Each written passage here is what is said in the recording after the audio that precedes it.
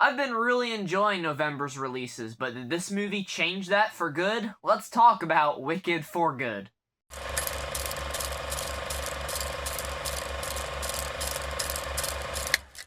Hey guys, AJYT Abbott here, and welcome to my review for Wicked for Good. This is the follow-up to last year's Wicked film, which I really enjoyed. I wasn't as passionate about it as a lot of people are. I have not seen the Broadway show, or I've not read the book, so really I just went into this movie last year thinking, I think it's going to be a good time, and that's what it was. It was actually a great time. I would say it's a great movie. I had issues with some of the runtime of it. Some scenes I feel like went on a little bit longer than they needed to, but overall, I thought the conclusion of it was great. The performances were great. The technicalities and the costuming, the sets and everything were fantastic.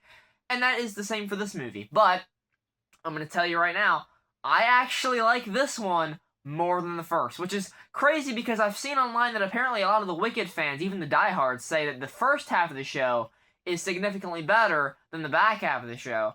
So it's only fitting, of course, that me, the one that liked the original, the first film, didn't love it, loves this new one. So let's talk about it. So this will contain spoilers for Wicked and Wicked for Good, because I'm going to obviously get into the implications of what happened in the first one over into the second. I'm excited to talk about this one, because this was quite a surprise, because I was looking forward to this movie, right?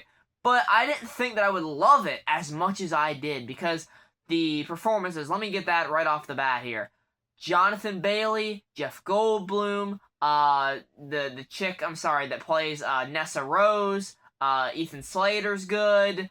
Cynthia Erivo is a force of nature. She is something to be reckoned with within this genre. She strives in this genre, I feel like. Her voice, it carries weight. It is impactful. It is an emotional performance for sure. And Ariana Grande, someone that I wasn't even that sure on in the first movie whether or not I was going to be down with her character. And with a rewatch, I was like, what? I don't really like Glinda, but Ariana Grande is really good as Glinda. I don't know how to explain that. I didn't like Glinda in the first one, but Ariana Grande just really does a fucking great job with that character. Just bringing her positivity, her selfishness, her, just her rambunctious energy. I mean, she's such an energetic and charismatic person. And in this movie, you get to see a lot more of a emotional, kind of bleaker version of Glinda compared to the first movie. She's still, when she has to, putting on that positive smile and being all bubbly and energetic when she needs to be for the people of Oz and for the people around her. But when you get that more somber performance out of her, when she's having these conversations with Elphaba, or she's reacting to something happening, like Fiyero leaving her to be with Elphaba, and I feel like this is her year to get that Oscar. I really, really do, and I'm rooting for her. I really am. I've been a fan of her since Victorious. And, like I said, when you get that more raw, emotional performance out of her in this movie, it is really captivating, and it's emotional. I was compelled. I'm not afraid to admit it, there was some fucking tears shed for me.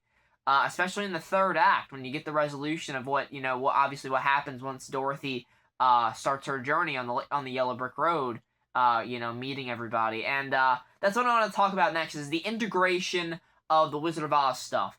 Is it a little bit, kind of crammed in there? Yeah, it feels a little bit crammed in there because of the way that, you kind of build things out with Bach being turned into the Tin Man at the end of the first act after his argument with Nessa Rose and Elphaba. Elphaba turns him into the Tin Man because Nessa Rose starts reading from the Grimoire, and she's like, I want him to have no heart, because if he can't love me, then he can't love anybody. Really, she's a fucking great actress in this scene, man. I honestly, the first part, I didn't get a lot out of Bach and Nessa Rose, their whole story, but here, I was really captivated by it. I was like, some of those scenes between them, when he's talking to her and telling, like, I want to get back to Glinda and stop this marriage or whatever. I want to tell her how I feel. And she's, like, taken aback by that because of, how she felt for him, because he was the only person that really, opened himself up to her and was, really open to getting to know her and pursuing something with her, or so she thought in the first one, but really it was just Glenda setting her up with him. But man, I felt some tension in those scenes, and I was like, "Damn, this is like really stepping it up for these two characters." Because the first ones, I didn't think much of them in the first part, but here they did something really good with them. Jonathan Bailey, man, I really have become a Jonathan Bailey fan. He really does a great job at conveying that emotion, that conviction, the confliction, I mean, between Elphaba and Glinda. Because I do believe that he has love for Glinda. But it's more of a manufactured kind of like, I need to be with her in order to, to keep myself out of trouble, because he wants Elphaba. He loves Elphaba really badly. But at the same time, there's so much drama going on with her and the Land of Oz, where the Land of Oz want to kill her. She doesn't want to kill the Land of Oz, but she's causing trouble for them because she wants the animals to be free, because they're putting them all through, labor and everything. She's just freeing the animals. And that's pissing off the people of Oz. It's pissing off Madame Morrible, and she wants the wizard to confess the truth to the citizens, that he doesn't have any power.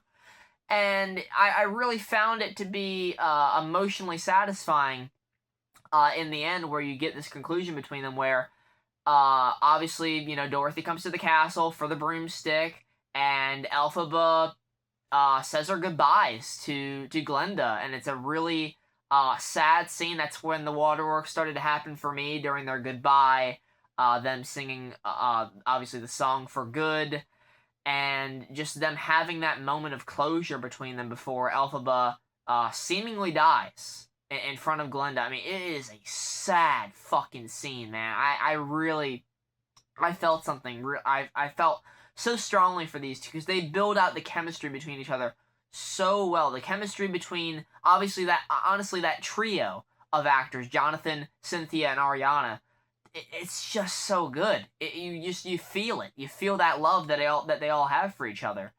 And in the end, obviously, Elphaba is revealed to be alive, and she goes off with Fiera, who is, of course, Scarecrow now, because earlier in the film, she kind of cast a spell to keep him from being hurt, because he betrays the Land of Oz. He holds a gun at Glinda, and that was a really impactful moment for me, where he is holding a gun on Glinda, because they took Elphaba away, and he's like, "Let her go, or I'm killing her."